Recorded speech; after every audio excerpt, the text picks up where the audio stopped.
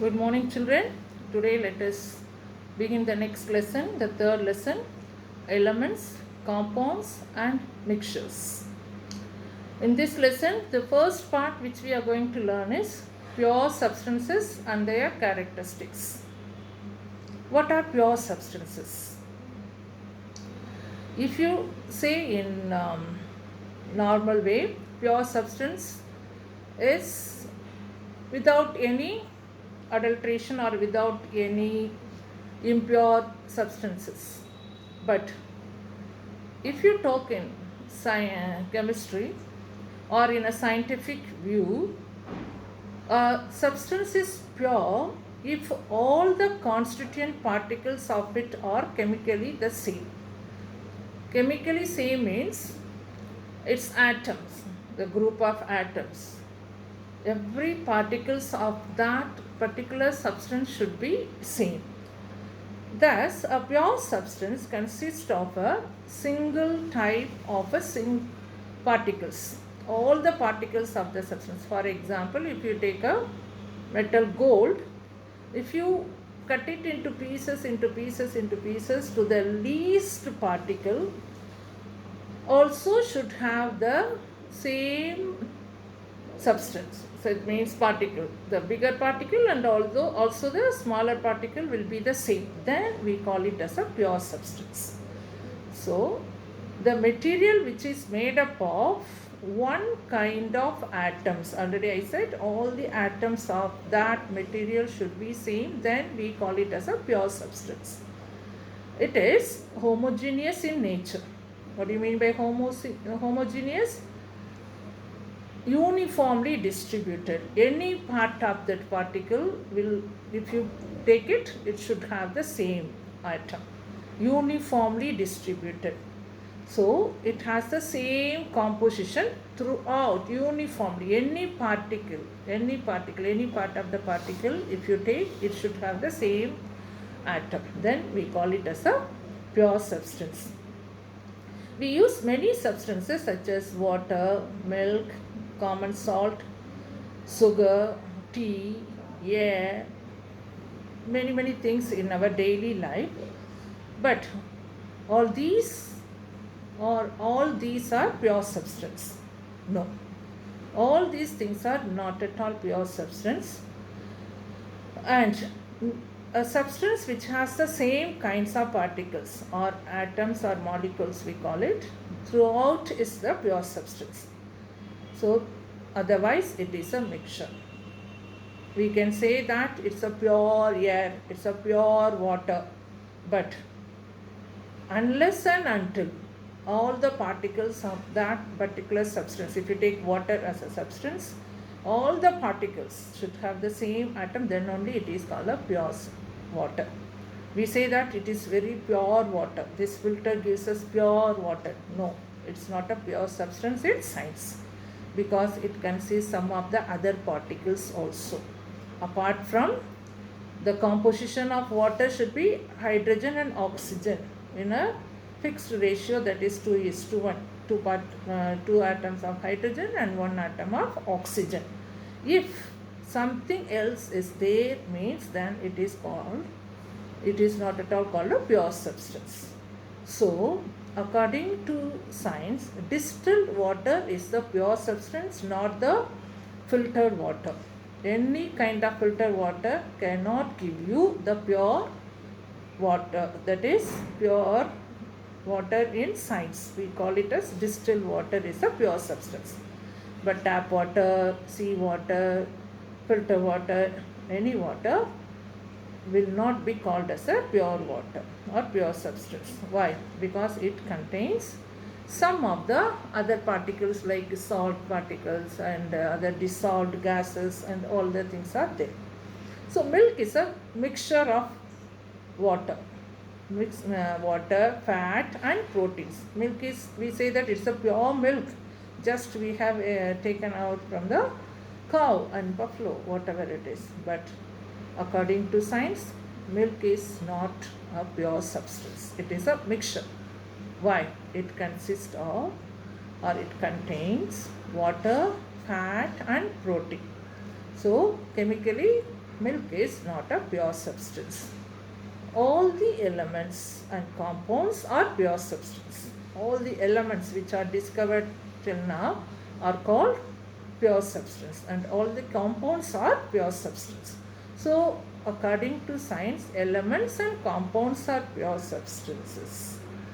For example, the elements. What are elements? Elements are such as iron, copper, mercury, gold, silver. These are all pure substances because they are made of the same kind of atoms. The same manner, compounds also pure substance. If you take such as ice and sodium chloride, calcium oxide are pure substances because they are made up of the same kind of molecules. Now, the main characteristics of pure substances. What are pure substances? We learnt any kind of substance which has the same number of atoms all through its particles are called pure substance. Whether it is big size or small size, any size, but it should have the same kind of atom, then only we call it as a pure substance. Now, what are the characteristics of pure substances? Pure substances have a uniform composition. Already I said all through that, uniformly homogeneous. Hence, they are homogeneous. Homogeneous means uniformly distributed and in nature. So, pure substance is homogeneous in nature. In any part will have the same kind of atom. They have a definite melting point. If you take a big piece of gold or a small piece of gold, the temperature at which it will melt will be the same. For example, the melting point of ice is 0 degrees Celsius, pure ice. That means the water, distilled water. When it is frozen, that ice will melt at 0 degrees Celsius, when the tap water cannot. They have a definite boiling point. For example, distilled water has the boiling point 100 degrees Celsius. They have definite properties also. It has its own properties. So, we can test any kind of, do you know also, you go through this question can be asked from that part also. What is the purity of a substance can be tested. If you want to test any pure, whether it is pure substance or something is mixed in it, you can check it if you know the melting point and boiling point of it, and we can test the metal, any metal. And now the first part is, what is pure substance? What is pure substance? We learnt and we understood. Now, I said that there are two pure substances in chemistry. They are elements and compounds. Any element will be pure substance and any compound is also pure substance. Now, what are elements? You know that matter is defined as anything that has mass and occupies space. Matter may be classified into pure and impure substances. Elements and compounds are pure substance. So, what is an element? Definition, you should learn it. An element may be defined as a pure substance that cannot be split into two or more simpler substances by any physical or chemical method. So, pure substance, if you take it, all the particle of that will be having the same atom. You cannot divide it into some more particle that will be having the same atom. You cannot divide it furthermore. Then it is called an element. So, some of the examples: oxygen, nitrogen, carbon, iron, aluminium, copper, silver, gold. These are all pure substance and also it is an element. And matter is further classified into impure substance and pure substance. Pure substances are classified into elements and compounds.